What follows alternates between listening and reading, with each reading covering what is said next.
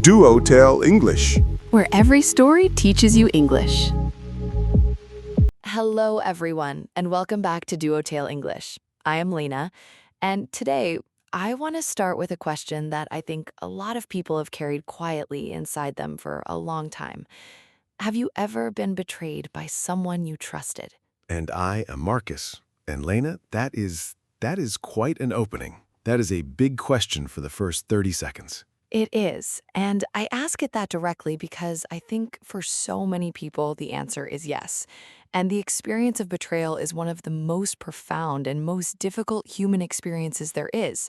And it deserves to be talked about, honestly, openly, without pretending it is easy. And today, in episode 23 of DuoTale English, we are doing exactly that. We are talking about betrayal trauma, what it is, what it does to a person, and most importantly, how to heal from it, how to rebuild trust, how to move forward with strength and resilience. And as always on DuoTale English, this conversation is also an English lesson, a rich one. Today we have a special vocabulary segment, what we're calling our Word Expert segment, where we break down the most important vocabulary from this topic, words and phrases you will use in real conversations about real human experiences. Before we get into today's episode, welcome to everyone who is new here. On DuoTale English, we upload every single day. Every day a new episode, new conversation, new vocabulary, new stories. Subscribe and turn on notifications so you never miss one. A gentle note before we begin. This topic is sensitive. We approach it with care and with respect. If you are going through something difficult right now, this episode is for you. Shall we begin, Marcus? Let us begin. So, Lena, when most people hear the word betrayal, they think of one very specific thing, a romantic partner cheating. But betrayal is so much wider than that. Much wider. Betrayal is any situation where someone who you trusted, deeply, genuinely trusted, acts in a way that violates that trust, that breaks it, that hurts you because of the closeness that existed between you. It can be a best friend who shared your secret, a family member who lied to you for years, a colleague who took credit for your work, a partner who was living a double life. Any of these. The common thread is that the person who hurt you was someone you had let in, someone you had chosen to trust. And that distinction is exactly what makes betrayal so uniquely painful. A stranger can hurt you, but a stranger cannot betray you, because betrayal requires a relationship. It requires the specific vulnerability of having opened up to someone and believed they were safe. And betrayal trauma is recognized by psychologists as a real and serious form of trauma, not an overreaction, a real, measurable psychological response to a rupture in a trusted relationship. It can present in many ways: difficulty sleeping, intrusive thoughts, the memory of the betrayal replaying when you don't want it to, hypervigilance, that constant state of watching and checking, loss of appetite, and very often a deep sadness that is hard to explain. And one of the hardest things people in betrayal trauma say is, I don't understand how someone could do this to me. Because it's not just the act itself that hurts, it's the confusion, the realization that the person you thought you knew, you didn't fully know. And if you didn't know them, what else didn't you know? Who else can you trust? Can you trust your own judgment at all? That, the questioning of your own judgment, is often the deepest wound. Not what they did, but what it says about your ability to read people. And that wound, left unaddressed, can keep you isolated for years. Today's story is about a woman called Nadia.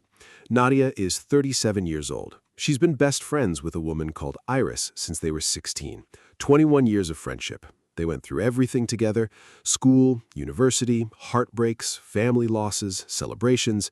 Iris was at Nadia's wedding. Nadia was at Iris's mother's funeral. And then one day, Nadia finds out that Iris has been sharing deeply personal information about her life with a mutual group of people. Things Nadia had shared in confidence, painful things, private things, medical things, things she had told Iris and only Iris, because Iris was safe, because Iris was the person you told those things to. And the information had been shared, apparently not maliciously. Iris had shared it in what she described as concern, but the effect for Nadia was catastrophic. Now, the people in that group knew things about her she had never chosen to share with them, and the person who had taken that control away from her was the one person she had given the most access to. And Nadia describes what happened next as the ground disappeared. That's the exact phrase she used. The ground disappeared. Everything she thought was solid and certain, this friendship, her ability to judge character, her sense of who was safe, all of it suddenly felt uncertain. And for months after, Nadia struggled. She pulled away from people, not just from Iris, from almost everyone. She found herself being guarded in conversations she had previously been open in. She stopped sharing anything personal with anyone because the idea of being vulnerable again felt genuinely unbearable. And the loneliness of that, of living inside yourself because the outside doesn't feel safe, is one of the cruelest consequences of betrayal trauma. The person who betrayed you is gone, but the damage they did, the wall it built around you, that is still very much present, and you're the one living inside it. And Nadia, at some point, decided she didn't want to spend the rest of her life inside that wall. Not for Iris's sake, but for her own sake, for her own life, for the relationships she had not yet had that she was already, preemptively, protecting herself against. And that decision, the decision to heal not for the person who hurt you, but for the life you still have ahead, is one of the most powerful and most brave decisions a person can make after betrayal. 5 strategies for healing. Strategy 1. Allow yourself to feel what you feel, without rushing, without judging, without telling yourself you should be over it by now. This sounds obvious, but it's actually one of the hardest things, because when the feeling is very big, the instinct is to push it away, to stay busy, to tell yourself, I'm not going to let this affect me, move on. But feelings that aren't felt don't disappear, they accumulate. So strategy 1 is feel it. Sit with the anger, sit with the grief, sit with the confusion. Name them when you can. I'm furious, I'm heartbroken, I'm confused, I feel used, I feel lost. Naming is not weakness. Naming is the beginning of processing, and processing is the beginning of healing. Nadia said, for the first 3 months, I kept trying to be okay. I kept going to work and smiling and performing normalcy. And every night I went home and I was wrecked because I was spending so much energy pretending to be okay that I had nothing left to actually become okay. And the day she told a close colleague, honestly, I'm not okay. This happened and I'm not okay. She said something shifted, like, oh, I said it. And saying it true made it a little smaller somehow, a little more manageable. Strategy 2. Resist the urge to blame yourself entirely, because one of the most insidious responses to betrayal is self-blame. I should have seen it coming. I shouldn't have trusted so much. I'm so stupid. The problem was not your trust. The problem was their choice to break it. Those are 2 completely different things. Trusting someone who deserved your trust is not stupidity. It's humanity. It's connection. It's what love and friendship actually require. Strategy 3. Seek safe connection, not isolation, because humans are wired for connection, and the healing from a broken connection cannot happen in isolation. It happens in smaller, safer, more carefully chosen connections, some warmth, some genuine human presence. For Nadia, this meant reaching out to an old friend she had lost touch with. And that one coffee, that one real, unperformed conversation, gave her something she had almost forgotten existed. The feeling of being safe with another person, even just a little, even just for an hour. And that 1 hour provided evidence, evidence that not everyone is Iris, evidence that connection can be safe, evidence that her capacity for friendship, which she thought might be permanently damaged, was still there. And strategy 4, redefine trust. Trust doesn't have to be all or nothing. Trust can be incremental, proportional, earned.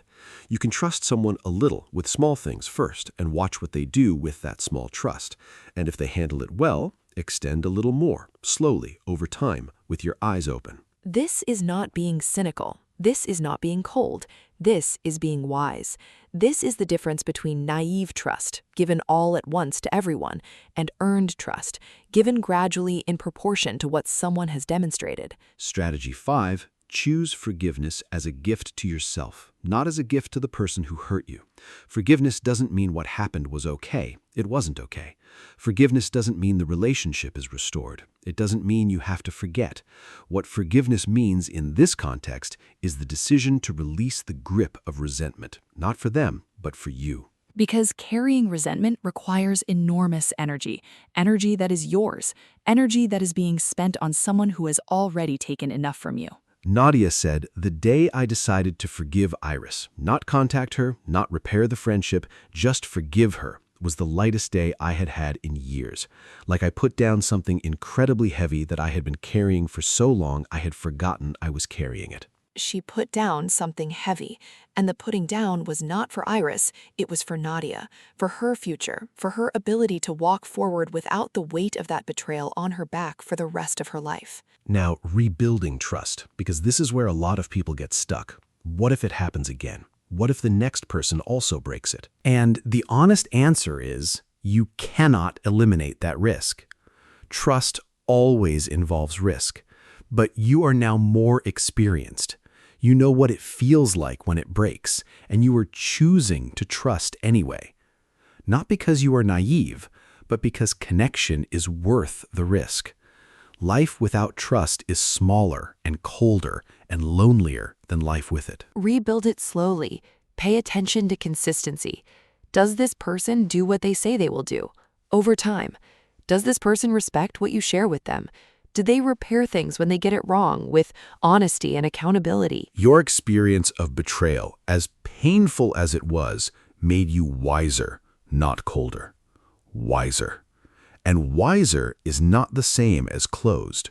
Wiser is more discerning, more careful, more intentional about who gets close to you. And there is nothing wrong with that. Resilience is not pretending the wound was not there. Resilience is carrying the experience with you, the knowledge it gave you, the growth it forced, the depth it created, and continuing forward anyway, changed but moving. There's a Japanese concept called kintsugi. It is the art of repairing broken pottery with gold. The philosophy is, the break is not something to hide.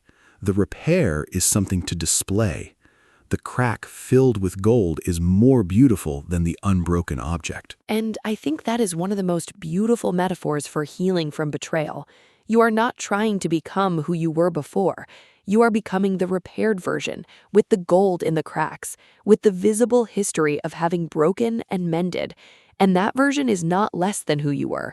It is more. Nadia, 3 years after the betrayal, said, "I do not wish it hadn't happened.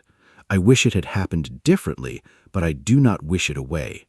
Because who I am now, how I love, how I choose people, how I protect my peace, none of that existed in the person I was before. And I like who I am now, even though the price was very high." Even though the price was very high.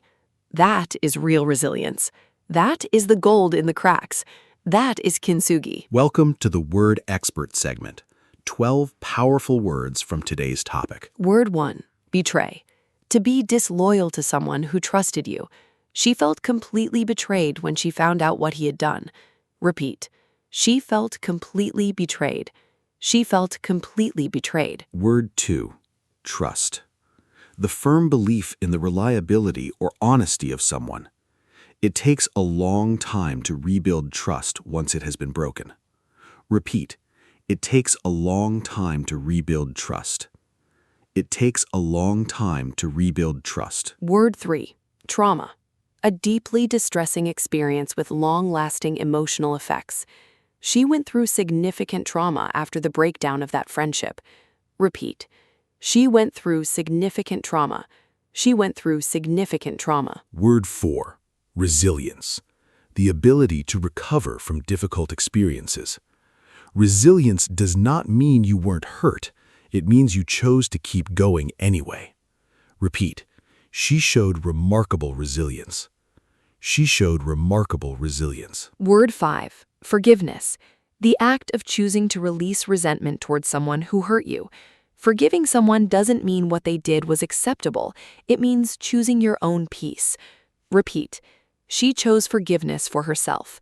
She chose forgiveness for herself. Word 6, heal. To recover from emotional injury. Healing is not linear. There will be setbacks, but the general direction is always forward. Repeat. She was slowly beginning to heal. She was slowly beginning to heal. Word 7, Vulnerability. The state of being open and without complete protection. Allowing yourself to be vulnerable with someone requires real courage. Repeat. Vulnerability requires courage. Vulnerability requires courage. Word 8. Boundaries. The limits you set about what behavior you will accept. After the betrayal, she learned to set clearer boundaries in all her close relationships. Repeat. She set firm boundaries. She set firm boundaries. Word 9. Rupture. A sudden and damaging break in a relationship or trust. The rupture caused a complete rupture in their 20-year friendship. Repeat. The rupture was complete. The rupture was complete. Word 10. Closure. A sense of resolution about a painful experience, a feeling of being able to move on. She realized closure had to come from within, not from him. Repeat. She found her own closure. She found her own closure. Word 11. Self-blame. The habit of holding yourself responsible for things that are not primarily your fault. Self-blame after betrayal is extremely common, but it keeps you trapped in the wound. Repeat. She had to let go of self-blame. She had to let go of self-blame. And word 12. Move forward. To progress after a difficult experience without being permanently stuck in the past. She chose not to let it define her future. Repeat. She decided to move forward. She decided to move forward. Now, shadowing practice. Repeat after me, 3 times each. I am still healing, but I am moving forward every day. Say it. What happened hurt me deeply, but it does not define me. Say it. I am learning to trust again, slowly and carefully. Say it. Forgiveness is not for them. It is for me and my own peace. Say it. I set boundaries now because I know my own worth. Say it. Resilience is not the absence of pain, it is the decision to keep going. Say it. The betrayal was real, but so is my capacity to heal. Say it. I carry the experience, but it does not carry me. Say it. I choose people more carefully now, and that's wisdom, not coldness. Say it. The cracks have gold in them, and I am more beautiful for having broken and mended. Say it. Lena, I want to ask you something personal. Have you ever experienced betrayal? A real one? Yes, I have. And I'm going to speak about it carefully because it's not just my story.